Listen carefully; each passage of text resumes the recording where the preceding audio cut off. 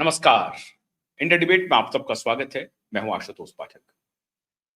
मित्रों, पश्चिम बंगाल से एक खबर आ रही है। कल मतदान संपन्न हो गया, एग्जिट पोल भी आ गया।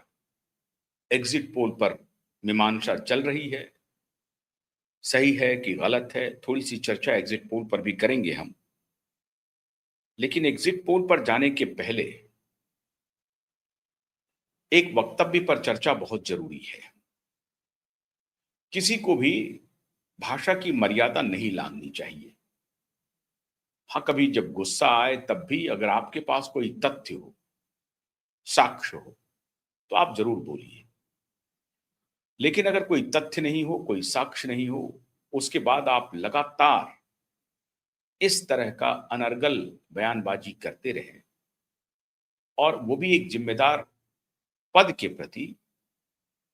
व्यक्ति तो महत्वपूर्ण है ही, पद भी महत्वपूर्ण है।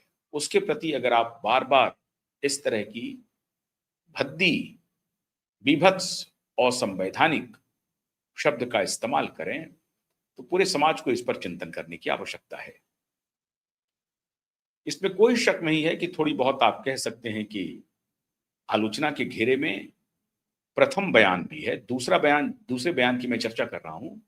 लेकिन जिस बयान को लेकर के प्रतिक्रिया स्वरूप जो दूसरा बयान आया है, वो निश्चित रूप से आलोचना के घेरे में है। लेकिन इसका मतलब ये नहीं है कि प्रथम बयान बहुत सुंदर था, लेकिन वो बहुत आपत्तिजनक भी नहीं था। वो चेतावनी थी, और चुनाव में इस तरह की भाषा का प्रयोग करते हैं। हालांकि इतने कठिन भाषा के प्रयोग से बचना चाहिए, ये बात सही है। लेकिन फिर भी अगर किसी ने ऐसी भाषा का प्रयोग किया है जो थोड़ा बहुत, लेकिन असंसदीय नहीं है, ऐसा नहीं है कि वो आपको धमकी दे रहे हैं, वो भी नहीं है। वो आपको बतला रहे हैं, चेता रहे हैं कि आप ये समझ लीजिए, आप ये देख लीजिए, आप ये जान लीजिए, आप जो कर रही हैं वो ठीक नहीं कर रही हैं। इसकी, अगर आप इसे कह सकते हैं कि इसे बोलने के तरीके में अगर थोड़ा एग्रेशन है, तो आप उसकी आलोचना कर सकते हैं। मैं ऐसा नहीं कह रहा हूं कि उसकी आप आलोचना ना करिए, जरूर करिए। आप कहिए कि इतने जिम्मेदार व्यक्ति अगर इस भाषा का प्रयोग करेंगे, ऐसी शब्दावली का प्रयोग करेंगे, तो आलोचना करना तो मेरा हक बनता है। बिल्कुल ठीक कह रही हैं। मैं बात कर रहा हूं केंद्रीय गृह मंत्री अमित शाह की। अमित शाह का एक भाषण है, उसके बाद जो भाषण आया है टीएमसी नेता की तरफ से, वो घोर आपत्तिजनक है। इतनी आपत्तिजनक है कि उस पर निश्चित रूप से कानूनी कार्रवाई हो सकती है। गृह मंत्री को जिस भाषा में, या गृह मंत्री के लिए जिन शब्दों का प्रयोग कर रही है, वो बेहद आपत्तिजनक है। अब मुझे नहीं मालूम कि इस पर गृह मंत्री जी मौन रहेंगे या उन्हें जाने देंगे, माफ कर देंगे। मुझे ज्यादातर तो यही लगता है कि माफी कर देंगे। लेकिन भारतीय जनता पार्टी के कार्यकर्ता इस बात को माफ करेंगे कि नहीं करेंगे, इस पर मुझे शक है। कोई ना कोई कहीं ना कहीं से जरूर इस पर कोई ना कोई कार्रवाई करेंगे, और करने के तथ्य भी हैं उनके पास। मैं तो कहता हूं कि गृह मंत्री को इस पर कार्रवाई करना चाहिए। उनको पूछना चाहिए कि आपने मेरे बारे में इस तरह के शब्द का जो प्रयोग किया है, वो कितना आपत्तिजनक है। गृह मंत्री किसी रैली में बोल रहे थे, कान खोलकर सुन लो ममता दीदी। अब ये कान खोलकर सुन लो ममता दीदी या दीदी, ये ऐसी कोई असंसदीय बात तो नहीं है। हाँ, टोन और टेनर पर थोड़ी बहुत आपत्ति आप जता सकते हैं, लेकिन कोई असंसदीय बात नहीं है। रैली में वो भाषण देते हुए कह रहे हैं, अपने कार्यकर्ताओं को थोड़ा उत्साहित कर रहे हैं। उसमें उन्होंने कहा कि काम, वो भी मुख्यमंत्री हैं।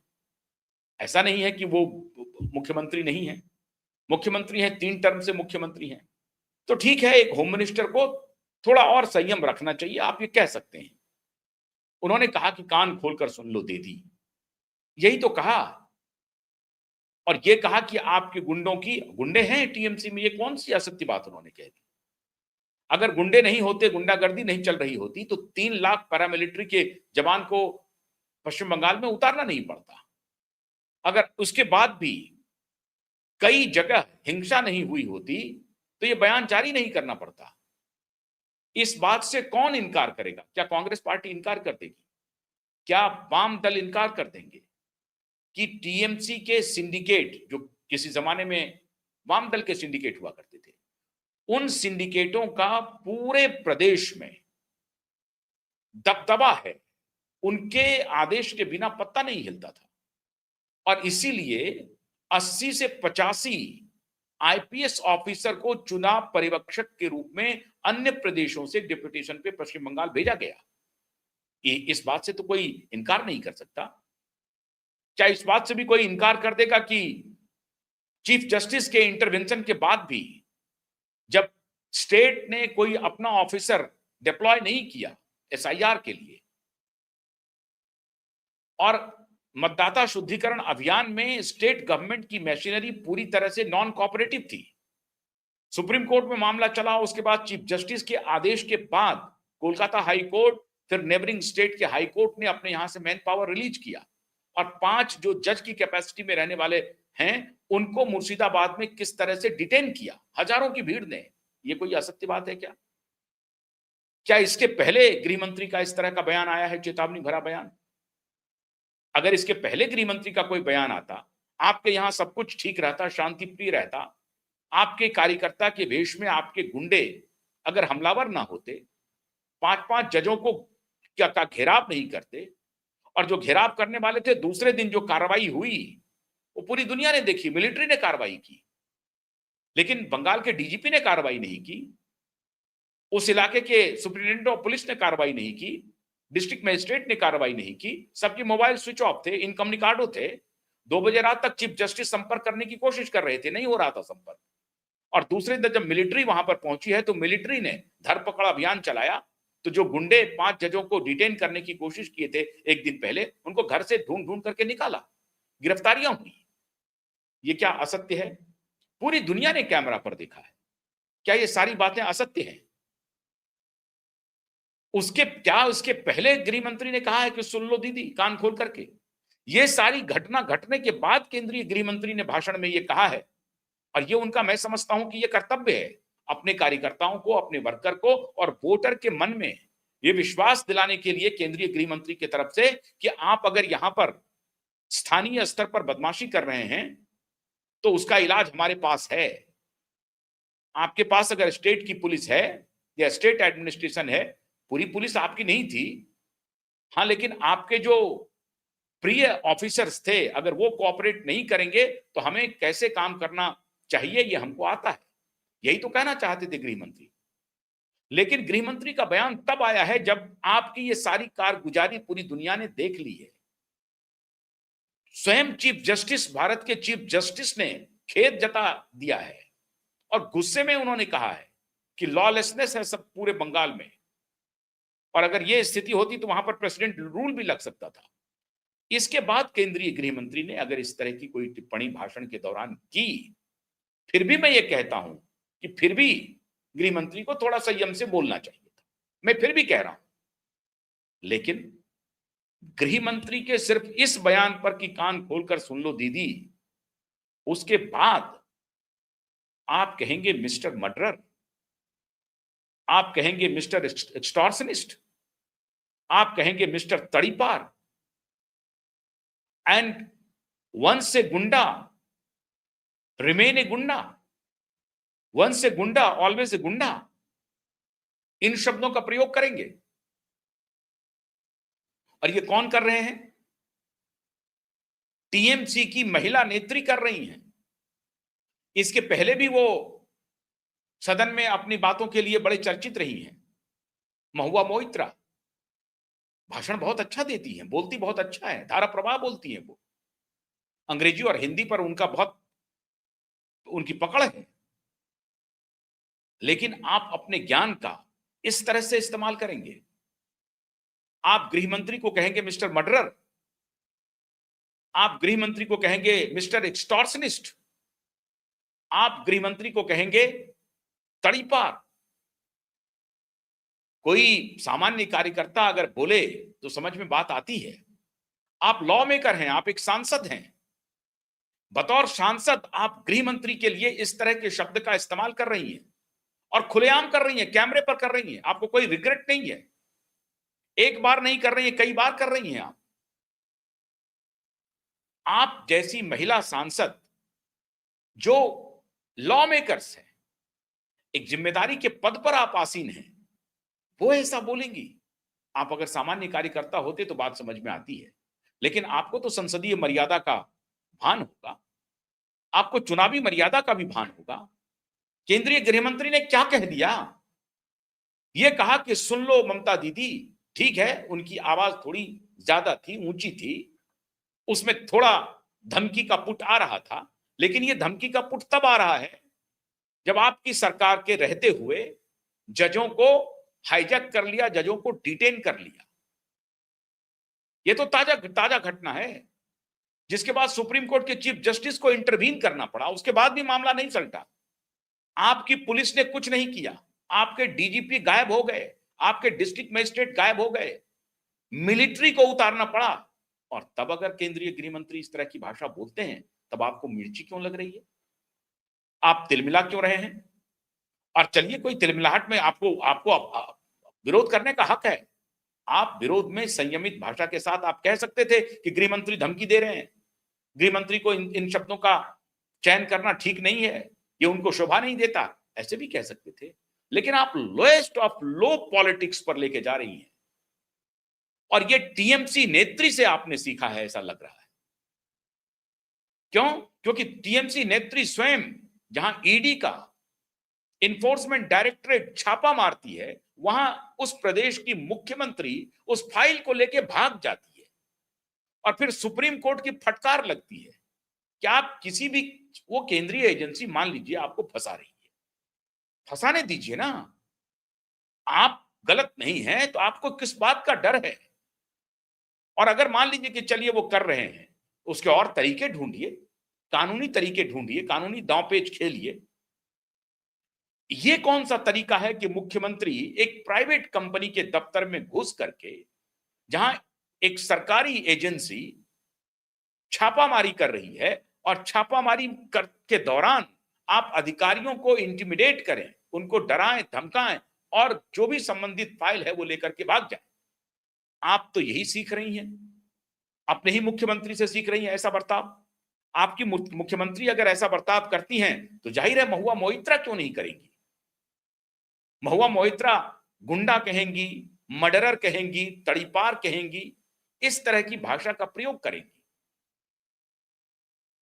आप सबको मालूम है महुआ मोइत्रा जी के बारे में, हाल ही में इन्होंने शादी रचाई है। मैं व्यक्तिगत टिप्पणी करना नहीं चाहता हूं। जर्मनी में इनकी शादी हुई, बड़े ही सादे समारोह में, और श्रीमान पिनाकी मिश्र इनके पति हैं। वो बीजू जनता दल के सांसद रहे हैं, बड़े नामी वकील हैं। उनकी ये पत्नी है। बहुत ही गुपचुप तरीके से ये शादी हुई जर्मनी में, जिस होटल में हुई, बाद में वो फोटोग्राफ आया, डांस करते हुए फोटोग्राफ आया, पिनाकी मिश्र जी डांस कर रहे हैं इनके साथ। वो फिर तस्वीर बाद में रिलीज किया, इन्होंने ही रिलीज किया होगा, किसी और ने तो ऐसा है नहीं कि पापराजी इनके पीछे दौड़ रहा था, कोई फिल्म स्टार है ये, पापराजी इनका पीछा कर रहा था और इनकी कोई तस्वीर मिल गई। उसके पहले ये अपने बॉयफ्रेंड के साथ जहां रहती थी लटियन जोन में, वो बॉयफ्रेंड वो भी, उनका भी ताल्लुक लॉ फ्रेटर्निटी से ही था। उन्होंने इनके ऊपर गंभीर आरोप लगाए, इन्होंने फिर उनके ऊपर गंभीर आरोप लगाए। इन्होंने आरोप लगाया कि मेरा कुत्ता चोरी करके भाग गया है। इस तरह के आरोप लगे हैं महुआ मोइत्रा पर। मॉर्गन एंड स्टेनले से में काम करती थी, फाइनेंस के विजार्ड हैं, बैंक कर रही हैं ये, लंदन में काम कर चुकी हैं, वहां से लौट कर आई हैं ये।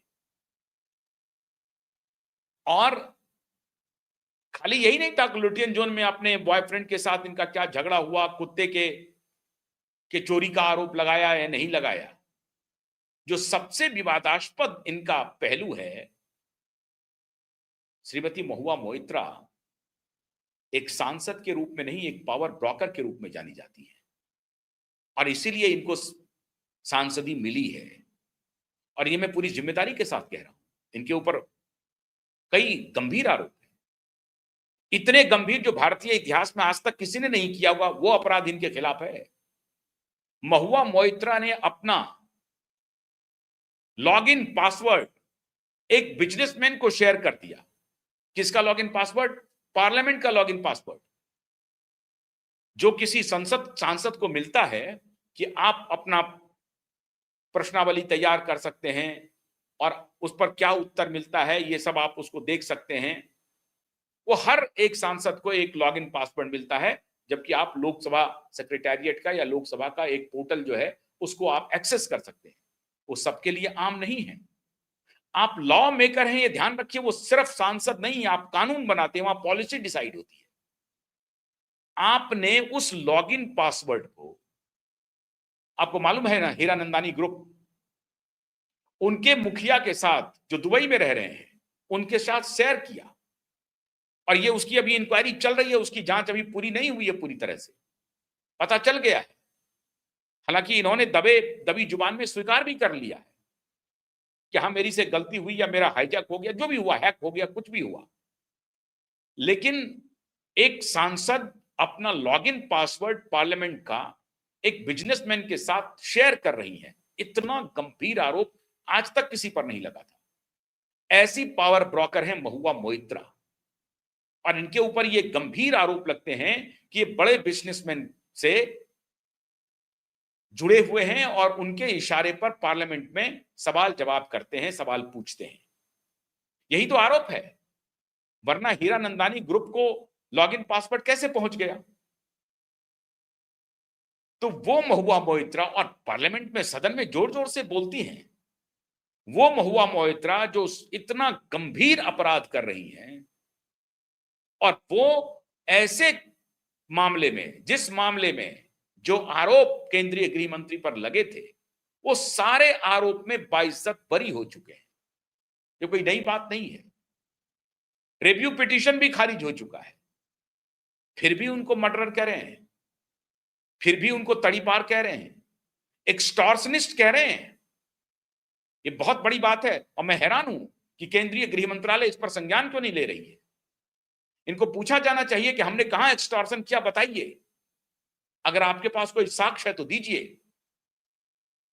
और नहीं तो इनसे पूछिए कि आप वही महुआ है ना जिन्होंने लॉगिन पासवर्ड ट्रांसफर किया है समंदर पार अपने दोस्त को।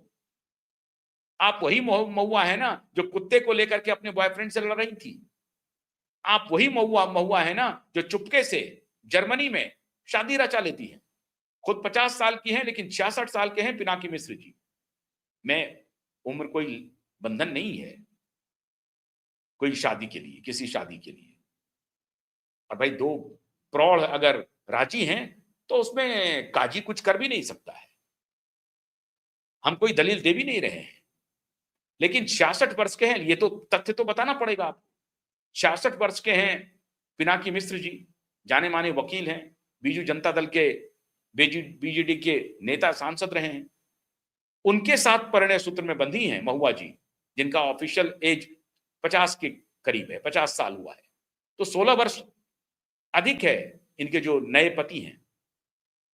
अब नए पुराने, मैं इस पर टिप्पणी नहीं करना चाहता, मैं ये निहायत व्यक्तिगत टिप्पणी से बचना चाहता हूं, लेकिन जो फैक्ट है वो तो आपके सामने रखना पड़ेगा कि श्रीमती महुआ जी अपने 16 वर्ष बड़े पति से कम आचरण तो सीखिए। वो बहुत ही शालीन है, हमने तो कभी उनका अभद्रतापूर्ण सार्वजनिक जीवन में ऐसी कोई वाणी सुनी नहीं पिनाकी मिश्र जी की। उनसे तो सीखिए आप कम से कम। वो गृह मंत्री को मिस्टर मर्डरर कहें, मिस्टर एक्सटॉर्शनिस्ट कहें, तड़ीपार कहें, और वंश से गुंडा, ऑलवेज ए गुंडा। आप सीधा सीधा कह रहे हैं वंश से गुंडा, ऑलवेज ए गुंडा। ये शब्द आप प्रयोग कर रही हैं केंद्रीय गृह मंत्री के लिए।